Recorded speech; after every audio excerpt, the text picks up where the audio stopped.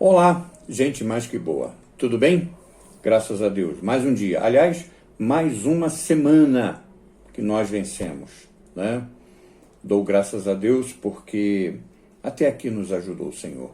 O Senhor tem derramado bênçãos sobre bênçãos. E essa semana a gente está falando justamente sobre isso, né? Nas nossas conversas nós temos falado sobre as bênçãos que Deus tem derramado e nós falamos duas delas. E estamos usando no pano de fundo o Salmo 128. Hoje a gente vai falar sobre trabalhando pela nossa cidade, trabalhando pelo bem da nossa cidade. E é isso que a gente vai começar hoje a falar, né? Para terminar esse nosso assunto, para terminar o nosso bate-papo com relação ao Salmo 128, né? Que a gente está conversando sobre como devemos pensar e agir, para que as bênçãos do Senhor nos alcance, aquelas bênçãos que Ele nos oferece. Até agora, até ontem, né, nós examinamos o homem ou a mulher que teme a Deus, e a família que teme a Deus. Agora, na última estrofe desse salmo, o foco da família, ele vai se ampliar para abraçar o povo maior, né? O povo de Deus, e até a cidade em que esse povo vive.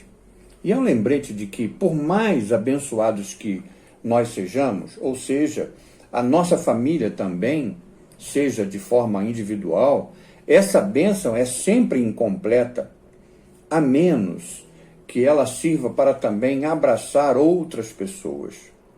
Isso deve incluir o povo de Deus, que vive ao nosso redor, bem como as gerações após gerações, no longo do caminho da vida que a gente vai trilhando. Os últimos versos vai expressar, não em forma de conselho para um viver bem, como foram até agora, né, os primeiros 4 versículos, mas aqui o salmista diz de uma bênção que é em si uma bênção para a cidade, para aqueles que estão ao redor. Aqui o salmista parece se afastar um pouco do indivíduo, né, e de sua família, aos quais ele se dirigiu até agora, para falar da perspectiva do geral, do global, né? E ele pede a Deus que os abençoe como parte de sua bênção para todo o seu povo. Veja o que ele diz: que o Senhor os abençoe de Sião todos os dias de sua vida. Que você veja a prosperidade de Jerusalém e viva para ver os seus filhos e o filho dos seus filhos. Que bênção, né?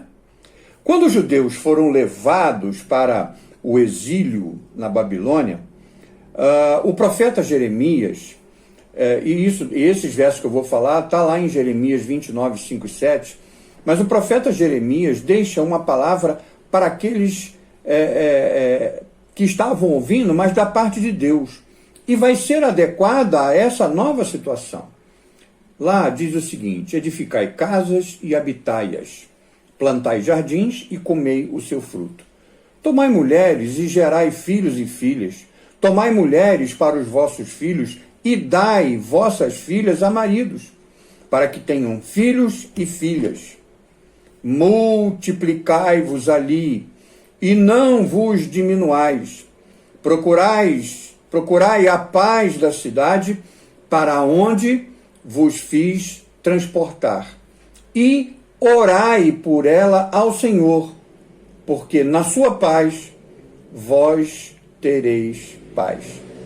Veja, isso parece muito com o que ao ponto em que nós acabamos de chegar no Salmo 128, onde os olhos do escritor, eles avançaram do bem-estar de cada indivíduo, né, ao seu ambiente. Pois era a única maneira, a longo prazo, era a única maneira dele e de sua família serem abençoadas, e de forma de longo prazo. Se havia uma ênfase necessária na Babilônia, que era uma cidade notoriamente pagã, quanto mais deveria acontecer agora em Jerusalém. que era a capital de Israel e pátria espiritual do povo recém-constituído ali. E é interessante que para aquele povo, a presença de Deus estava no templo e o templo ficava em Jerusalém, né? Então não é difícil aplicar isso. Para o judeu, Jerusalém era a capital secular, mas também era a capital espiritual. Da mesma forma, somos membros de uma cidade que vive de forma secular, mas também tem pessoas espirituais que vivem nela. O que Agostinho chamou de cidade de Deus e cidade dos homens. Alguns cristãos se retiraram da cidade do homem, isto é, de suas responsabilidades seculares, porque pensam que não deveriam ter nada a ver com algo que não tem Deus. Mas aqueles que fizeram isso precisam ouvir o conselho do profeta Jeremias. O que ele falou? Vou repetir. Construa casas e se estabeleça. Plantar jardins. Busque a paz e a prosperidade da cidade. Ore ao Senhor por ela, porque se ela prosperar, você também irá prosperar. Veja, os cristãos devem residir em nossas cidades e trabalhar pelo bem-estar dessa cidade. Pois assim como nossas famílias são uma bênção para a cidade precisa de famílias sólidas, saudáveis e produtivas. Mais do que qualquer outra coisa, a cidade também nos abençoará se prosperar. E se isso não acontecer, veja, sofreremos. Sofreremos mesmo se tentarmos escapar de sua influência, que é assustadora, indo para outro lugar. E mais, esse outro lugar possa ser até atraente. Onde podemos ajudar? Haverá alguém para fazer algo pela cidade se nós não fizermos?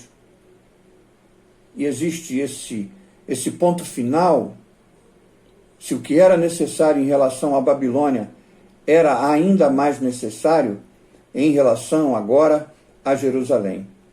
Então, o que é exigido de nós para nossas cidades é ainda maior, ainda mais necessário para que a família espiritual de Deus, a igreja da qual fazemos parte, a igreja é um canal da graça e das bênçãos de Deus.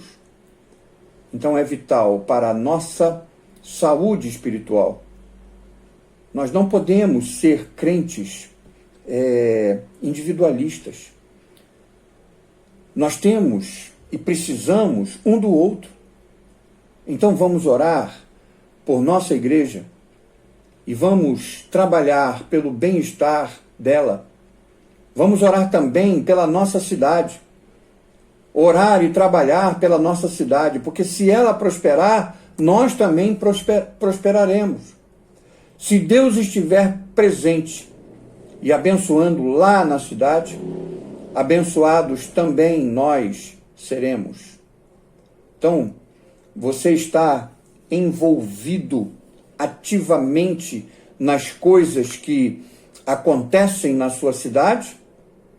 Ou é daqueles que tendem a ficar longe e não se envolver? É de pensar. Então peçamos a Deus ousadia para nós vivermos nesse mundo de forma firme, na rocha, para que nós possamos influenciar a nossa cidade com os pensamentos de Deus. Pense nisso e que Deus te abençoe.